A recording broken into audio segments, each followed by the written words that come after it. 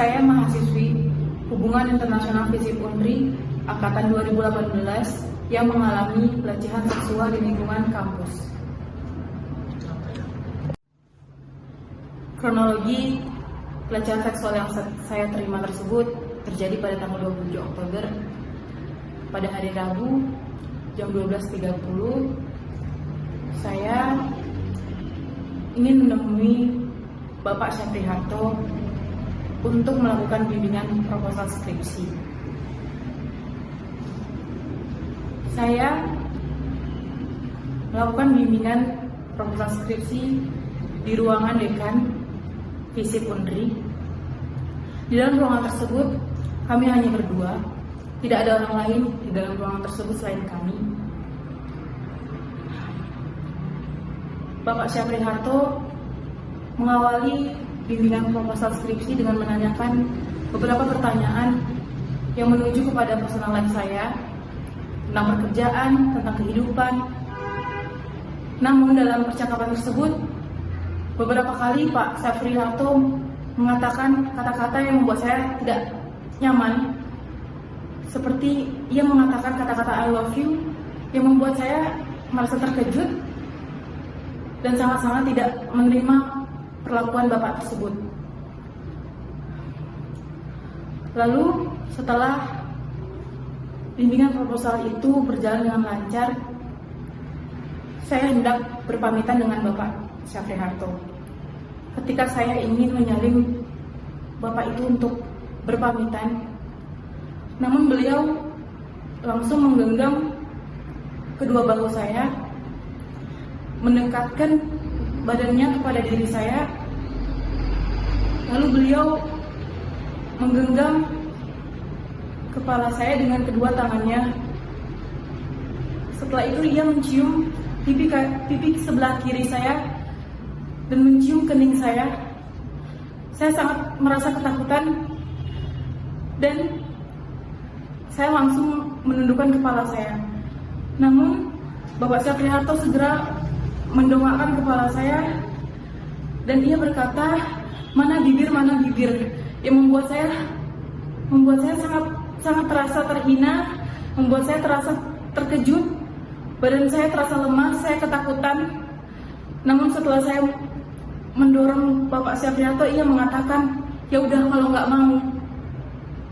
Saya langsung buru-buru meninggalkan ruangan dekan. Saya langsung meninggalkan kampus dengan keadaan yang sangat gemetar. Saya merasa ketakutan dan merasa sangat dilecehkan oleh Bapak Syafri Harto. Saya mengalami trauma yang sangat berat akan perlakuan yang tidak pantas yang dilakukan oleh Pak Syafri Harto kepada saya. Setelah pelecehan seksual yang saya terima tersebut, saya mencoba untuk menghubungi salah satu dosen hubungan internasional untuk mengadukan kasus ini.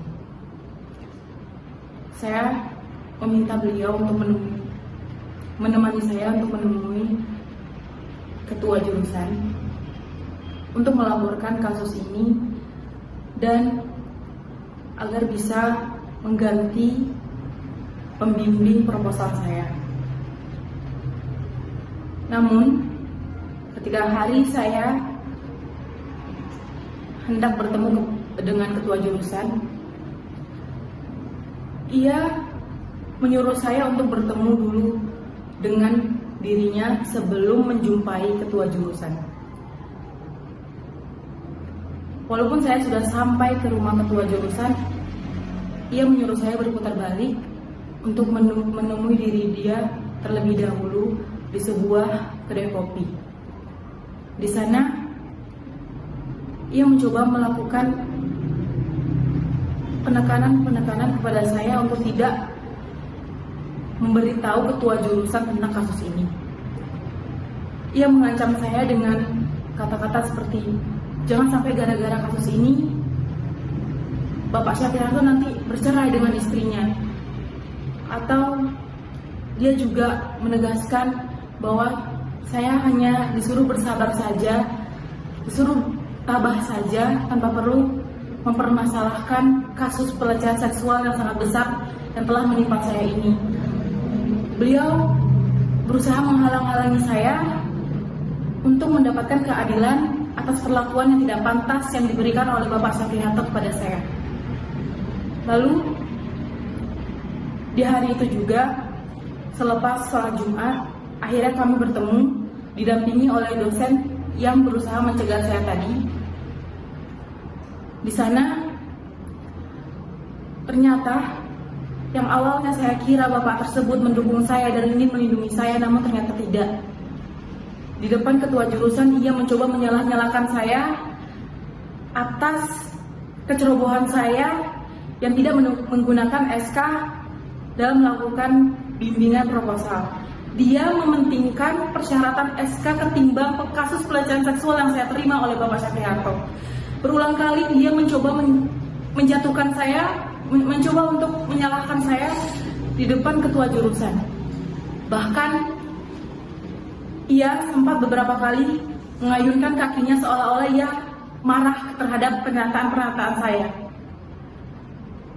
Saya merasa sangat tertekan dan sehingga saya merasa sangat-sangat diintimidasi oleh Bapak tersebut. Dan ketika ketua jurusan menanyakan tentang kasus ini, saya terpaksa menyatakan hal-hal yang seharusnya tidak saya sebut karena saya telah diintimidasi dan ditekan oleh Bapak tersebut untuk tidak speak up tentang ini. Bahkan beliau juga mengatakan bahwa Bapak Syafriharto melakukan hal ini bukan karena kebiasaan, tapi karena aksidental atau kehilafan saja. Namun walaupun ini kehilafan, saya tidak menerima perlakuan tersebut. Saya mengalami trauma yang besar dan saya ingin meminta pertanggungjawaban atas perilaku beliau yang tidak pantas terhadap saya. Ada beberapa statement yang mereka berdua katakan. Saya tidak menginginkan menyebut kalau ini hanya dicium saja. Dan mereka berdua tertawa akan hal itu di depan saya yang telah mengalami pelecehan seksual yang mereka sendiri tidak merasakan bagaimana sakitnya, bagaimana pedihnya merasa harga diri diinjak-injak oleh perlakuan tersebut.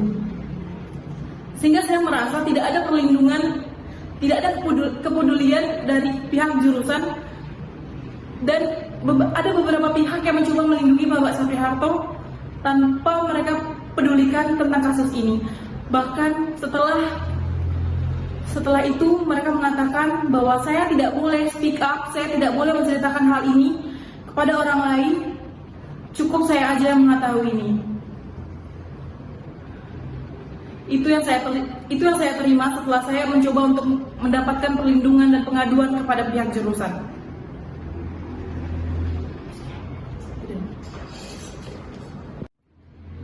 Setelah saya mencoba melaporkan kasus pelecehan seksual yang saya terima tersebut kepada ketua jurusan, dosen yang mencoba mengintimidasi saya mengatakan bahwa saya harus bertemu atau menghubungi langsung Bapak Syafriharto dan mencoba untuk mempertemukan kami secara langsung. Beliau tidak memikirkan dan tidak mengerti bagaimana perasaan saya sebagai korban dipaksa untuk menemui pelaku yang bahkan ketika saya membayangkan wajah Bapak tersebut, saya mengalami ketakutan yang sangat luar biasa. Dosen tersebut sangat-sangat jahat kepada saya. Dan setelah itu, Bapak Syafriharto mencoba menghubungi saya berkali-kali dengan nomor baru yang tidak saya ketahui, dan beliau sempat mengirim pesan kepada saya dan mengatakan, kok telepon Bapak di reject, yang membuat saya merasa sangat diteror, merasa sangat ketakutan akan tindakan-tindakan yang dilakukan oleh Bapak Syafriharto. Dan dosen yang mengintimidasi saya tersebut berusaha berkali-kali untuk membuat saya mengangkat telepon Bapak Syafri Harto. Lalu Bapak Syafri Harto mencoba menghubungi keluarga saya dengan belantara, namun beliau berdalil dan mengatakan bahwa ia mencium saya hanya sebagai anak. Namun keluarga saya membantah dan memarahi pelantara yang tersebut, mengatakan bahwa kalau memang anak, kenapa harus minta bibir? Kenapa harus berkata mana bibir? Apakah perlakuan orang tua kepada anak harus seperti itu? Itu yang membuat saya sangat-sangat terhina, di mana Bapak itu masih tidak jujur dan Bapak itu masih melakukan pembelaan atas perlakuan kejinya terhadap saya. Keluarga saya dan saya tidak menerima perlakuan tersebut. Kami tidak sama sekali bisa memaafkan perlakuan keji Bapak Syafri Harto terhadap saya. Sudah seminggu setelah kejadian, akhirnya saya dapat mengumpulkan keberanian untuk melakukan perekaman, untuk memberitahu dan speak up atas kasus yang saya alami.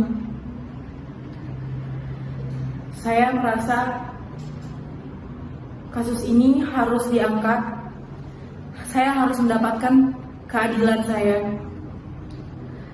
Dan saya juga mengharapkan untuk seluruh wanita di luar sana, siapapun kalian yang mengalami pelecehan seksual, terlebih lagi di lingkungan kampus, saya berharap kamu kuat, saya berharap kamu untuk speak up, memberitahukan apa perlakuan keji yang mereka lakukan kepada diri kamu.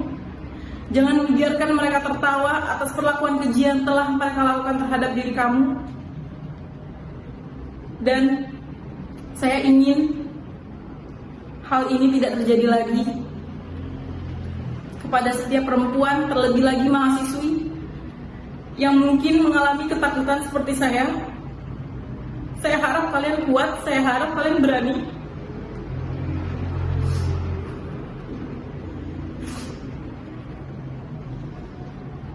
Saya tidak ingin